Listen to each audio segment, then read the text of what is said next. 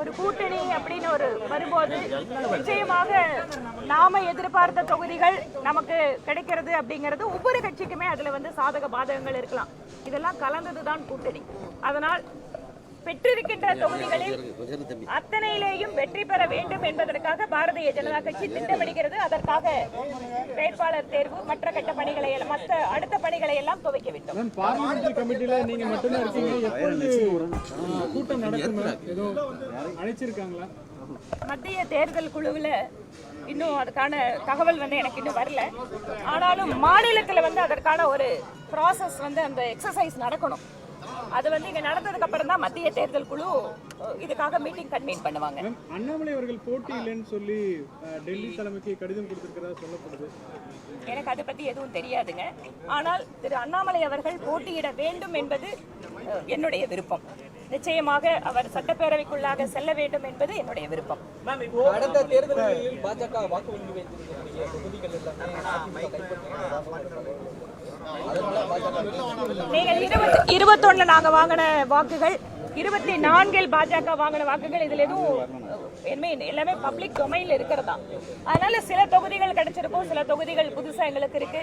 அதனால அவங்களுக்கும் அதே மாதிரி தான். அவங்க சிட்டிங் எம்எல்ஏ இருக்கிற தொகுதிகள் அப்படிங்கறத அவங்க கிளைம் பண்றாங்க. மற்ற தொகுதிகள் அப்படிங்கறது சாதக பாதகங்களை அலசி ஒவ்வொரு கட்சிகளுமே எங்களோடு இருக்கின்ற பாட்டாளி மக்கள் கட்சி, புதிய நீதி கட்சி மற்றும் அமமுக எல்லாருமே கொஞ்சம் விட்டு கொடுத்து ஒரு சில தொகுதிகளை பெற்று ஒரு சில தொகுதிகளை புதிதாக களம் காண்கின்ற சூழல் இருக்கிறது. அது எல்லா கட்சிகளுக்குமே அது இருக்கு. நீங்க தொகுதி மாற போதா ஒரு தகவல் இருக்கு. ஏன் தொகுதி மாறுறீங்க, மாறி போட்டியிட போதா ஒரு தகவல் இருக்கு, உண்மைதானா? நான் இன்னும் வேட்பாளர் வந்து எங்களோட கட்சியை அறிவிச்சதுக்கு அப்புறம் இந்த கேள்வியை கேளுங்க. மேம், இப்போ புதுச்சேரியில பாத்தீங்கன்னா திமுக கூட்டணி காங்கிரஸ் தனித்தனியா களமிறங்குறாங்க. விசிகா தனியா களம் 3 வேட்பாளர் அறிவிச்சிருக்காங்க. ஆனா அதே நேரத்தில் தமிழகத்துல நாங்க ஒற்றுமையா இருக்கும்னு சொல்றாங்க. இது எப்படி பாக்குறீங்க? இந்த சூழல் வந்து புதுச்சேரியில மட்டும் இல்லைங்க. இதோ என்னோட மாவட்டத்துக்கு பக்கத்துல பாலக்காடுல இதேதான்.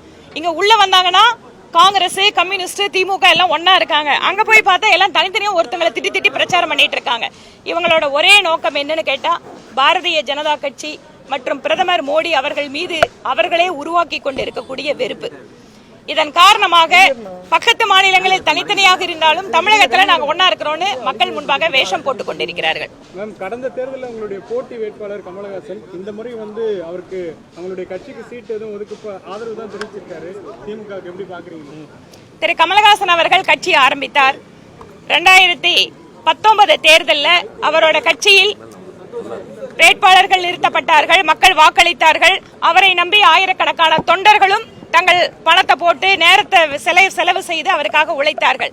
ஆனால் தன்னுடைய சுயநலத்தின் காரணமாக தான் மட்டும் ராஜ்யசபா எம்பி ஆகிவிட்டு அவரை நம்பி கட்சியில் பயணித்த, கட்சிக்காக உழைத்த அத்தனை பேரையும் அம்போ என்று கைவிட்டு விட்டு சென்றிருக்கிறார் என்றால் நான் கோவை தெற்கு தொகுதி மக்களை இந்த நேரத்தில் பாராட்டுகிறேன். மிக சரியான ஒரு பதிலை அவருக்கு கொடுத்து அனுப்பினார்கள். இப்படிப்பட்ட ஒரு தலைவர் தன்னுடைய கட்சிக்கு கூட விசுவாசமாக இல்லாத, கட்சியினுடைய தொண்டர்களை கூட காப்பாற்ற முடியாத ஒருவர் எப்படி ஒரு கட்சியை ஆரம்பிச்சு எப்படி வீணா போகிறதுங்கிறதுக்கு அவருடைய கட்சி என்பது சாட்சி.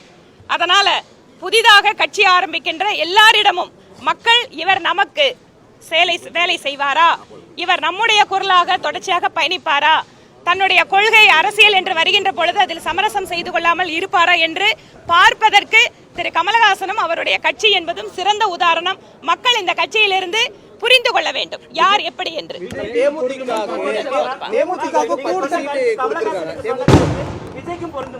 நீங்க உங்களுக்கு எதெல்லாம் பொருந்துமோ அதெல்லாம் பொருத்தி பாத்தீங்க. நன்றிங்க.